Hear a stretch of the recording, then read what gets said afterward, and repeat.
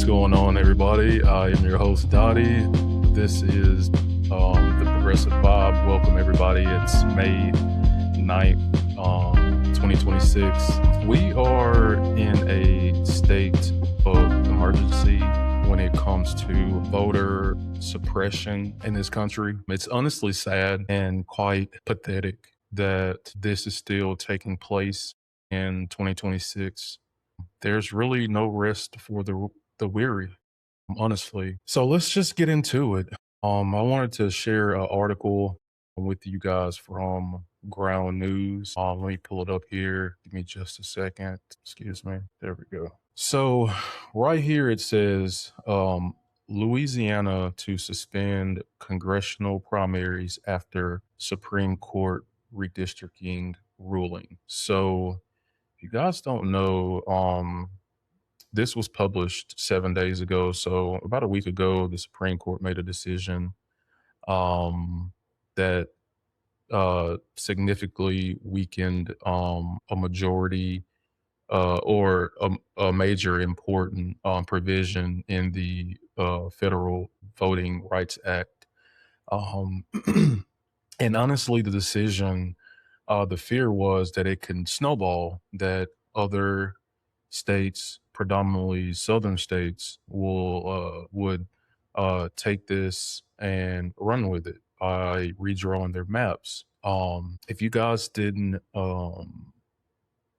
know, Tennessee legislature made that decision the other day, and it was quite frankly just a disgrace. But before we get into that, I just wanted to read this rundown right here on Ground News. So it says on Thursday, Governor Jeff Landry suspended Louisiana's May 16th U.S. House primaries via executive order 1 day after the Supreme Court's 6-3 ruling invalidated the state's congressional map as unconstitutional racial gerrymandering. Okay, the court's Wednesday decision automatically terminated a prior stay legally barring Louisiana from conducting congressional elections under the current map, which officials said improperly used race to create a second majority black district. While House contests are suspended, other elections, including the Senate primary, proceed as scheduled, creating confusion as overseas ballots were already distributed. And early voting was set to begin Saturday.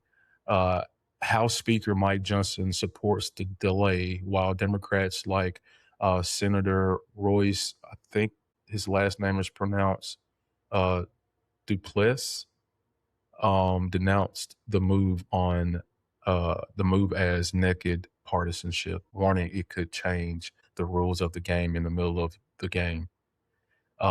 With the legislative session ending June 1st, state leaders are working with the legislature to redraw maps as President Donald Trump praised Landry's swift actions and urged Tennessee to pursue similar redistricting strategies. So all that being said, last summer, I don't know if you guys remember or not, last summer, 2025, Trump urged Texas Republicans to redraw U.S. House districts to give the party, the Republican Party, an advantage. I'm not making this up or anything like that. He literally is on tape saying this. Like, it's not a hoax. It's not because I don't like Donald Trump or that I'm not a Republican or whatever like that. I'm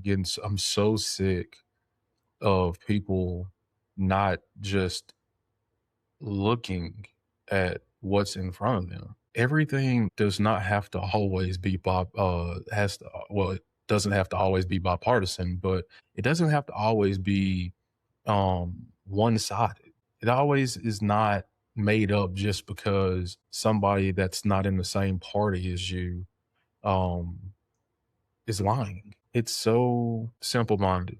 And I hate to be like that, but it is. I mean, we have to understand that regardless if you are living in a blue state or a red state, I feel like any decent person would want the maps drawn evenly. Why can't we have an independent commission for every state to come in and redraw the maps equally so you can have equal representation? And it doesn't matter if, again, I said last episode, I live in Alabama. I live in probably the most reddest state in the country.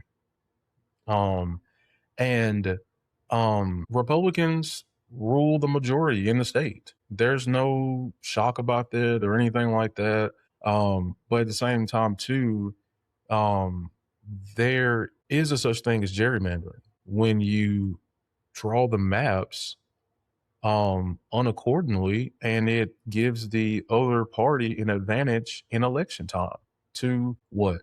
Retain power. It's all about retaining power. And it's not fair to the people of my state that does not agree with everything that the Republicans do.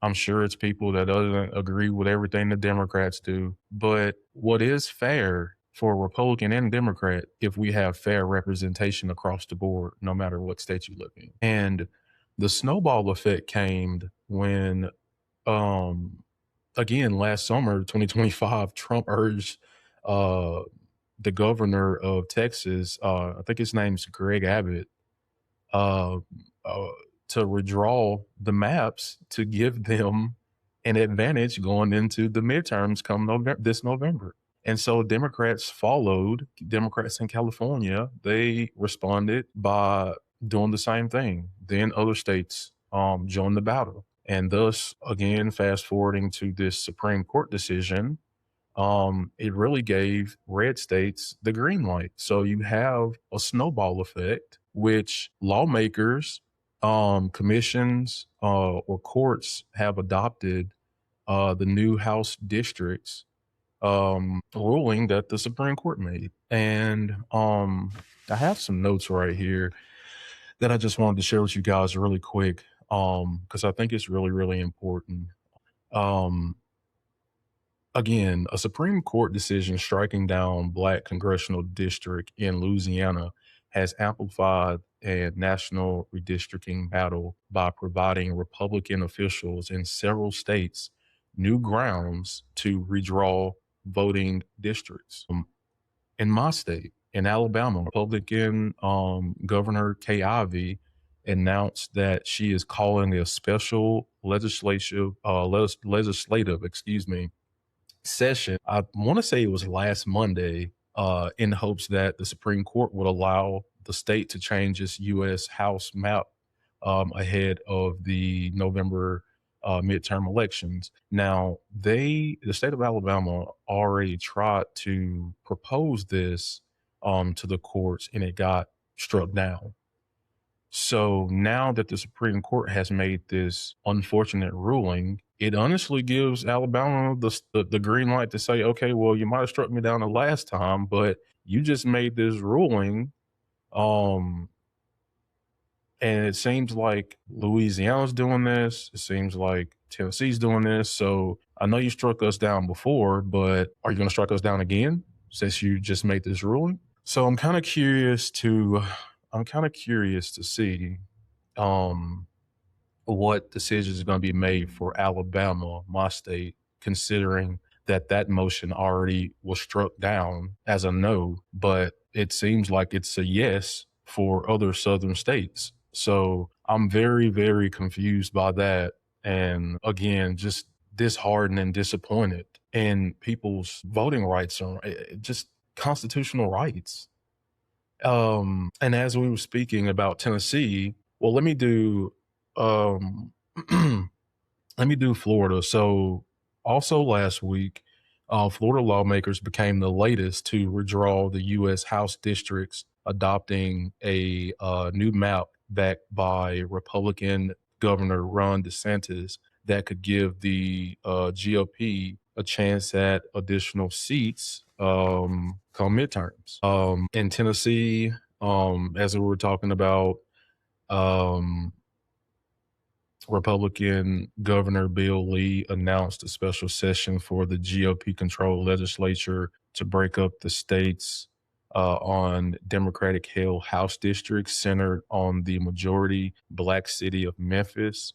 And so the new update on Tennessee is they were able to do this. The Tennessee legislature was able to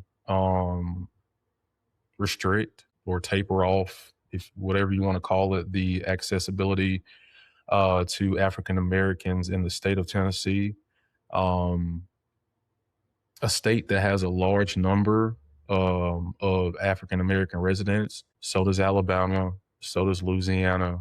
So does Virginia. I mean, I think you're seeing the trend. And again, I'm not just saying that shame on southern states. I'm saying shame on any state that decides to gerrymander in the benefit of the party that's in control of that state. But let's not get it twisted. President Trump urged Republicans to do this first. And so what do you expect the Democrats to do? Just sit back and say, okay, well, that's not right. Our Republican colleagues are going to see the light, and they're going to, the honest Republicans are going to stop this and say that it's unjust and it's not constitutional and yada yada yada yada. No, they're not going to do that because they are beholden, mesmerized by their president. They don't know how to say no. And so I think the Democrats did the only thing that they really was able left to do, which was to redraw the maps in their Democratic held control states. But again, it would not have happened if we would have appropriated, which we all, if I'm not mistaken, I can't remember the exact name of the proposal, but the Democrats actually proposed a bill that would do independent commission in every state to equally redraw the maps. And it got shut down by the Republicans. Like they didn't want to do it. This is not like, well, the Democrats good and the Republicans bad. I mean, if the Democrats would have been doing this first, I would have called the fucking Democrats out. And I would have said, well, that's not fair to the Republicans because, it's obviously, you're trying to consolidate power. There needs to be equal representation. Everybody does not fall under the same umbrella as it relates to party affiliation. And so why rig the game? Why do it in mid voting season, right in the middle of voting season?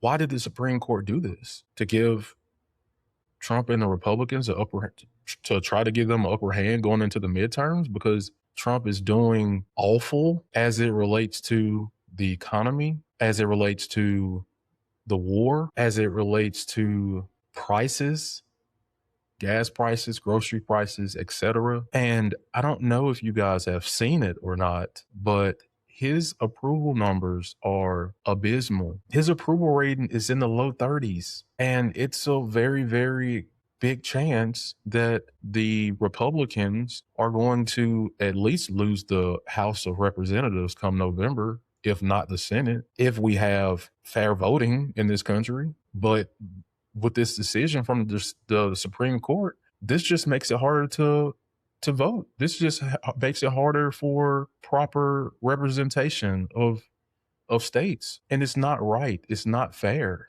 We want to urge people to get out and vote, to be involved in the democratic process. But where's the democratic process if there's no democracy? If the democracy is getting slashed, if people's rights in this country are getting slashed, it's going to make it harder to vote, meaning that people are going to furtherly be shitted on.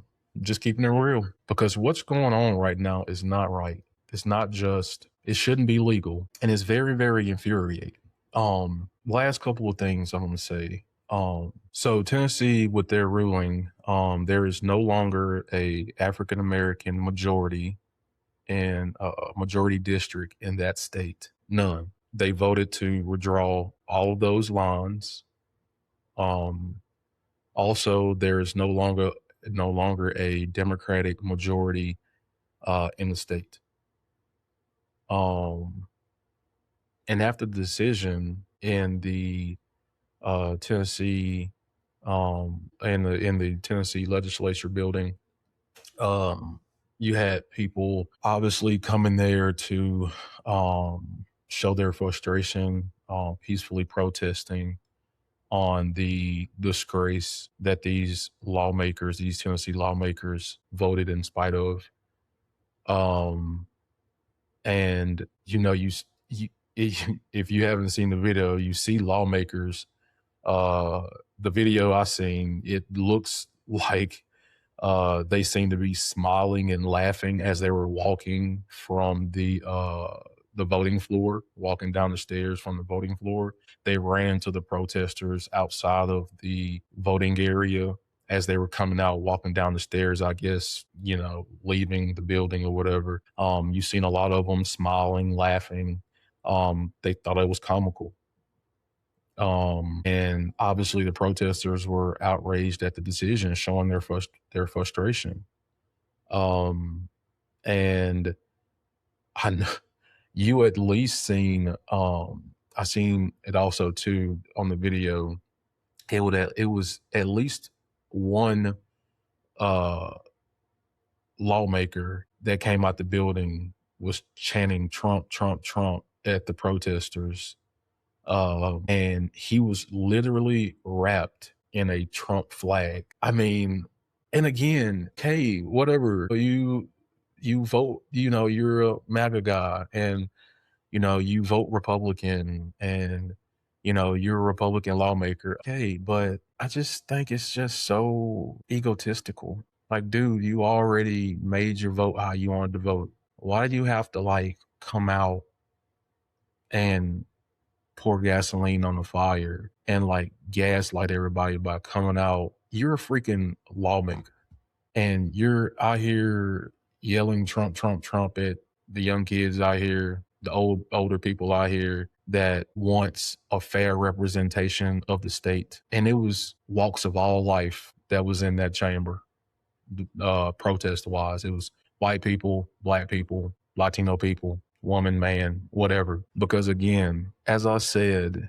in the last episode, what's right is what's right, and what's wrong is what's wrong. And what the Supreme Court's decision was wrong. What these southern states are doing now by changing the congressional maps in the middle of voting is wrong. It's nothing right about that. And I really do believe that we've gone back to the pre-civil rights era of this country. And I never thought I was going to actually see it with my eyes.